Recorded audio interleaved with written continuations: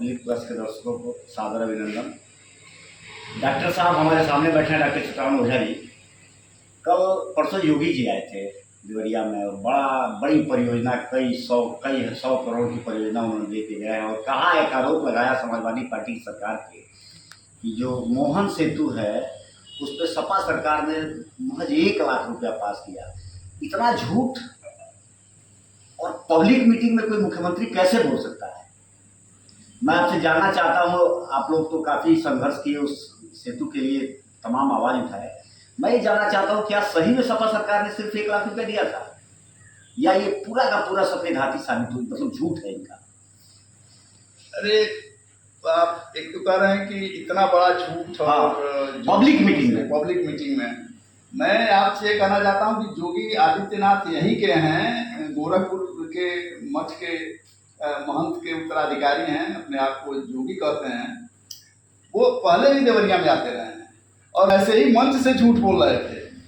अब झूठ बोलने की इतनी आदत हो गई है इनके और इनके पार्टी के तमाम बड़े नेताओं की, ये देश भर में जाकर झूठ बोलते हैं तो अपने यहाँ आकर के और यहाँ झूठ बोले तो पकड़ में आ गए, क्योंकि यहीं पर वो जो अयोध्या से नदी आती है उस नदी पर वह पुल बनना है। बरहज जो एक बड़ा तीर्थ है, औद्योगिक केंद्र रहा है, तीर्थ भी है और स्नान वहाँ नहान में लोग जाते हैं।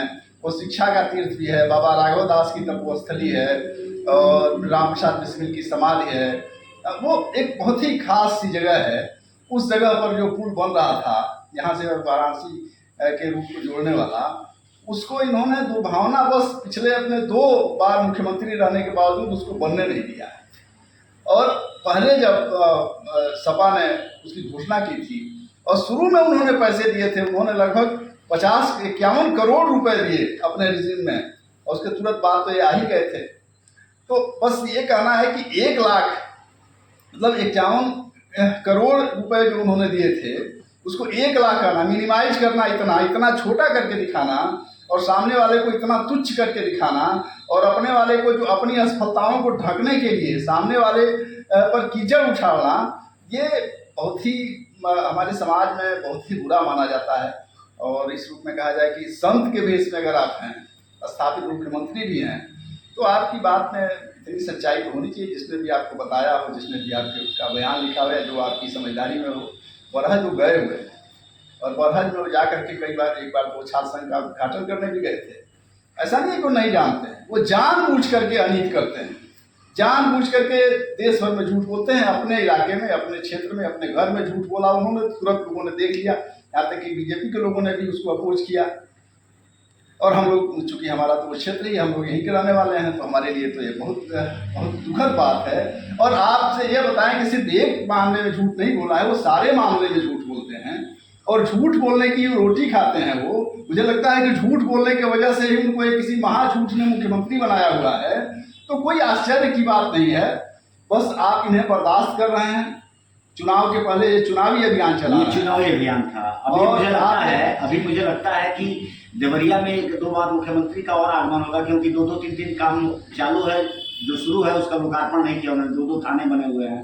बरहज मार्ग की घोषणा उन्होंने की कि बरहज मार्ग पे चौड़ीकरण किया जाएगा, तो उसका लोकार्पण तो नहीं हुआ। तो मुझे लगता है कि चुनाव के पहले एक बार योगी जी का कार्यक्रम देवरिया में फिर लगेगा और लंबी चौड़ी घोषणाएं फिर होंगी।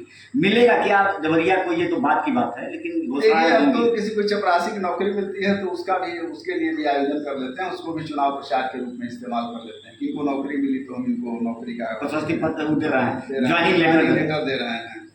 अब सड़क है, सड़क टूटी हुई है लंबे समय से, जो देवरिया से बरहज जाने वाली, और वो उसके लिए लोग कुछ भी नहीं कर रहे हैं। अभी तक कुछ दिखाई नहीं दे रहा है, बजट नहीं आया उसका। इनका कार्यकाल खत्म होने जा रहा है और जब खत्म होने जा रहा है तो घोषणा कर देंगे, तालियां बजवा लेंगे और एक झूठी उम्मीद लोगों में पैदा कर लेंगे और फिर तीसरी बार मुख्यमंत्री होने का आश्वासन चाहते हैं जनता से। इन्होंने घोषणा किया कि बरहज मार्ग चौड़ीकरण होगा, लेकिन उसके लिए कोई बजट एलोकेट नहीं हुआ है। तो अब तो इनके पास समय है नहीं कि नया बजट एलोकेट करेंगे, तो ये तो फिर झूठ हुआ, एक और झूठ हुआ बरहज के लिए ना। आपने बजट तो दिया नहीं, सिर्फ घोषणा किया। तेरे वादे पे घर जीते तो कब के मर गए। वाह क्या बात है। स्थिति यह है कि शिक्षा के क्षेत्र में इनका वादा हो, अस्पताल के क्षेत्र में इनका वादा हो, किसी भी क्षेत्र में इनका वादा हो। जबकि देवरिया की जनता ये सोच रही थी कि योगी जी आएंगे तो यहाँ के लिए जिला चिकित्सालय की बात करेंगे, यहाँ की बस डिपो की बात करेंगे, लेकिन वो कोई भी बात उनका नहीं हुआ। जो जनहित से जुड़े हुए मुद्दे हैं वो कोई भी काम बात नहीं हुआ। बरहज पुल पे बताया कि 1 लाख रुपया दिया, मतलब क्या ये एकदम टोटल चुनावी भाषण में आ गए हैं मोदी। अरे 1 लाख में गांव की पुलिया भी नहीं बनता है, और 1 लाख से अधिक तो गांव में ये जो ब्लॉक वाले लोग हैं वो ये लोग भी देते हैं, तब एक पुलिया बनवाते हैं 3-4-5 लाख बनता है। वो घाघरा नदी जो इस दुनिया के देश की सबसे बड़ी नदियों में से एक नदी है, और जो हिमालय से निकलती है और मानसरोवर से होते हुए यहाँ आती है, उस पवित्र नदी के सामने, उस नदी से किए गए वादे पर, उस नदी के पुल बनाने के वादे पर, जो राम जी के वो अयोध्या से होते हुए आती है और 24 घंटे में अयोध्या में चढ़ाया हुआ पुल हमारे बरहज में आ जाता है, ये 10 सालों में भी ये उस पुल को नहीं बनवा पाए। तो ये झूठ वही बोलते हैं, गंगा में खड़ा होकर झूठ बोलना इसे करते हैं। मैं कह रहा हूँ इसे ये सरजू में खड़ा होकर के झूठ बोल रहे हैं, और अगर पाप लगता होता इनको, ये मानते होते तो डर रहे होते इससे। इनको किसी धर्म से और किसी पाप से, किसी झूठ से डर नहीं है। झूठ सबसे बड़ा पाप है, और उस पाप को ये लगातार करते आ रहे हैं, और इसको हम किसी भी कीमत पर बर्दाश्त नहीं करेंगे। शिक्षा के क्षेत्र में इन्होंने कहा था कि हम बहुत कुछ ठीक कराएंगे, और आज शिक्षा माफियाओं के जिम्मे है, और सारी योजनाएं जो इनकी हैं वो ठेकेदारों के कल्याण योजना के रूप में काम कर रही हैं। और ये जो है, ये जो भी कुछ कर रहे हैं सारा बस शराब माफियाओं के और शराब के ठेके खुलवाने के अलावा इसकी उपलब्धि ये गिनवा सकते हैं। उसमें थोड़ा भी विलम्ब नहीं करेंगे, और उसमें जनता कहती है कि नहीं यहाँ दुकान मत खुलवाइए, तो वहाँ जरूर खुलवा देते हैं, लेकिन